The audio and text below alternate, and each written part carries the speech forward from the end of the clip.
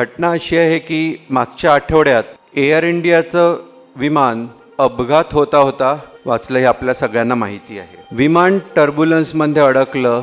विमानात बरेच पॅसेंजर्स होते. सगळे पॅसेंजर्स घाबरलेले, धावा करत बसलेले देवाची. पण त्यातला एक पॅसेंजर जो होता तो एवढ्या संकटात सुद्धा आरामात हेडफोन लावून गाणे ऐकत होता. सगळे पॅसेंजर्स त्याला म्हणायला लागले, बोलायला लागले की आम्ही देवाचा धावा करतो आहे. सगळ्यांना माहिती आहे की आता विमान उतरतं व्यवस्थित किंवा नाही, आणि आपला अंत आता खूप जवळ आलेला आहे.